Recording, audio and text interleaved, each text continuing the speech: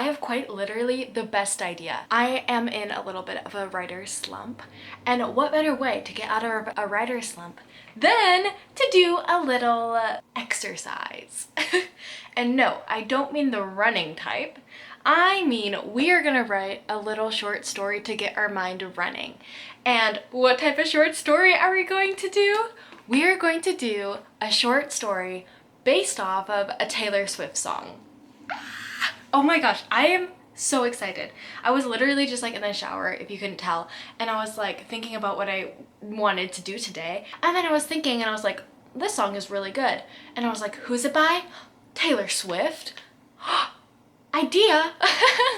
Okay, so we are going to go and pick a song. I already know which one because I've been obsessed with Midnight Rain recently. At first I was like, oh, it's an okay song. And now I listen to it and I live every single lyric. Like every single lyric washes over me and I'm like, this is holy. So we're gonna go onto the internet. Taylor Swift Midnight Rain lyrics. Boop-a-doop. And I'm also opening up a Google Doc for the little short story. And I think first we're going to create a mood board. Ideas that come to mind when I think about Midnight Rain, if it was a short story, would be small town vibes, golden retriever boy, and not necessarily like bad girl vibes, but like passionate, like aspirational girl vibes. Boss girl. Specifically because of the lyrics, he wanted it comfortable, I wanted that pain, he wanted a bride, I was making my own name, chasing that fame. He stayed the same, all of me changed like I was midnight, and my town was a wasteland. So that kind of makes me think about like a small town vibe, Midwest. The town is its own little world. Just generations of their family has lived in that one town. Everybody knows each other. It's really close-knit. And it's basically about a guy who lives in that town and is kind of like the boy next door golden retriever, and then a girl who wants to get out. And I think the short story should kind of center around that battle about kind of feeling guilty a little bit about wanting to leave because your whole life has been there, your family's there, it's the expectation set on you that you will remain here. But it's not what she wants, so I think she battles with guilt, and then I also think she battles with, you know, this guy who she really likes, but he kind of has the same expectations of the town, and she wants something new. And also the lyric, I broke his heart because he was nice. So golden retriever energy for sure. Also, like that also just shows the guilt that she has, you know, because it shows her looking back at this moment in her life and being like, I broke his heart because he was nice, I'm the bad guy. Guilt is my favorite word right now. I'm kind of like learning about therapist-y things because I want to be a therapist, and I just really like naming my feelings. Oh, okay, and then one more thing that kind of centers around like the small town vibe is it came like a postcard, picture perfect, shiny family, holiday, peppermint candy, but for him it's every day.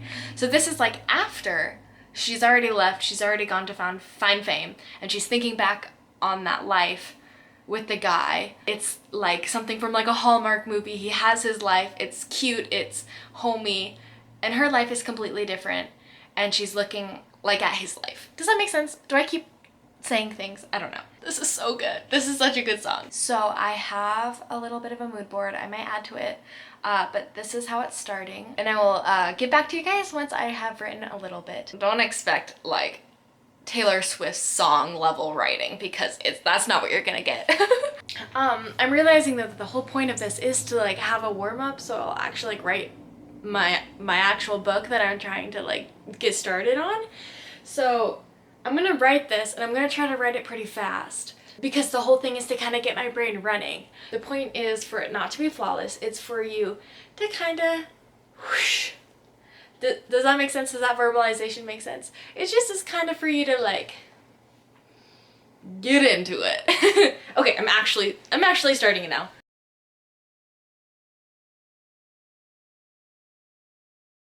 I'm gonna read it. Oh god, my face is so oily. Okay, well, ignore that. Again, just remember this literally like is not meant to be good, and the only reason I'm sharing it is because maybe you want to feel better about your writing. It's just a warm-up. So we got this, queens, and then after this we're gonna go and write our freaking story. because our mind is all warmed up. It's warm, I don't know what other words, I don't know, stretched out. It's ready to tussle. So this is just my little Taylor Swift inspired short story warm up. I left at midnight. The air, warm and muggy from yesterday's rain, wrapped around me like a straitjacket. Alcott had always been suffocatingly small, with two little people who knew far too many intimate things. The roads were named after our great-grandfathers, and the new ones were barely ever built. Time stuck to the town like sap. People moved slow. Nothing ever changed. If anything or anyone did, it wasn't acknowledged. I was still Allison, the little girl who sang off tune for my neighbors during the harvest festivals. I wasn't Allison, the girl who's going places, or the girl who's got raw talent and ambition. That was a little cringy. I sighed and took one last look at my mom's house. The paint chipped itself in all the wrong places, and under the light summer breeze, the house's worn-out wood groaned. I turned, and as I trudged through the muddy Ohioan farmland, I did not look back. I did not stop to think about all I was leaving behind. That would be my greatest regret. Byers Bar and Grill sat in a tiny intersection in the busiest part of town. It was sandwiched between an automobile shop and Mama's Tacos. Even at midnight, its blue and red open sign lit up. Inside, Brian smiled and talked with Billy Olson, a man as old as time. Brian Byers just turned 18 last Saturday. He had been so excited that he rode his bike over to my house first thing that morning. When I opened the door, groggy eyes crusted with sleep, he leaned in and kissed me. He told me things were going to get better, that he's old enough to work the night shifts at his parents' restaurant, and that one day he'd make enough money for us to buy a house right next to my mom's. I smiled, though something within me broke. It was his dream to make a life for us here, not mine. I wanted to be somewhere new, under the flashing lights of Las Vegas or amidst the bustling sounds of New Orleans. Or New Orleans. I wanted no peace and no quiet, and I wanted it to be hard and dirty and mine. I wanted to make a name for myself, see the crowds of people topple over each other for my autograph, hear them scream my song lyrics at the top of their lungs and write my name on their hands. I wanted it all so badly. I wanted it more than I wanted him. And there he was, working so hard to make a living, trying to stay afloat in a world that dragged him under. He was fighting the riptide, but he didn't yet know he was fighting it alone. That night, when I left at midnight, I told myself I would say goodbye, tell him that I needed to try my luck in the big city. But when I saw him, I melted. I didn't think I would get through one word without bursting into tears, and I had to make my flight. So I spared one last glance through the window at the boy I loved. Guilt racked my insides as I turned away and left him behind. I wonder if that was the moment I became a villain. I wonder if the townspeople whispered about us, about how Brian lived with his heart on his sleeve and I ripped it apart, about how he glued my broken glass pieces back together so many times and yet I cut him just the same. I wondered if, when I never answered his calls, he hated me. Every night I wish I could go back and tell you goodbye. Tell you why I left. Feel your arms intertwined in mine, then look into your eyes where all the answers used to be. I would do anything to feel loved like that again. So simply and straightforwardly, without formalities or games. I sometimes think about going back to Alcott just to see how you're doing. And sometimes, on my darkest nights, I even wish I stayed. So that was my story.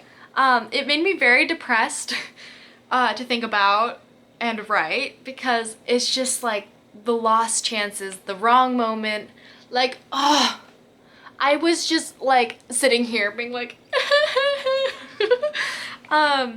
yeah, obviously it's not perfect, but that was my little fun Taylor Swift short story. I did like the ending. I'm a sucker for metaphors and heartbreak. I do like heartbreak, but it makes me very uncomfortable and sad. So thanks for hanging out with me while I did that. If you have any other songs that you want to make into a short story prompt, let me know because I freaking love short story prompts and writing to songs because songs are just full of so much emotion and then you can draw on the emotion and it's so cool. So any song recommendations you have for me, let me know. And I hope you guys have a great day and I will see you later. Goodbye.